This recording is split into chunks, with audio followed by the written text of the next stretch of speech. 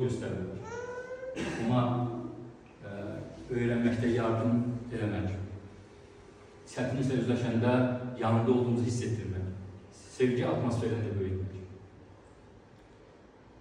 Övladınızın gələcəyinin arzu və xəyallarının qatili olmayın. Övladınızı başqaları ilə müqayisə etməyin.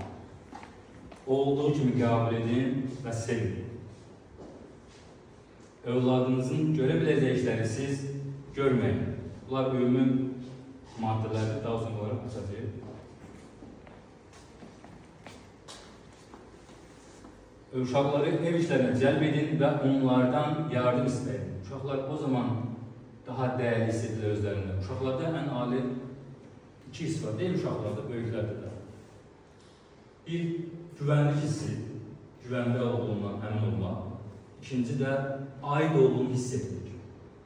Hara aid?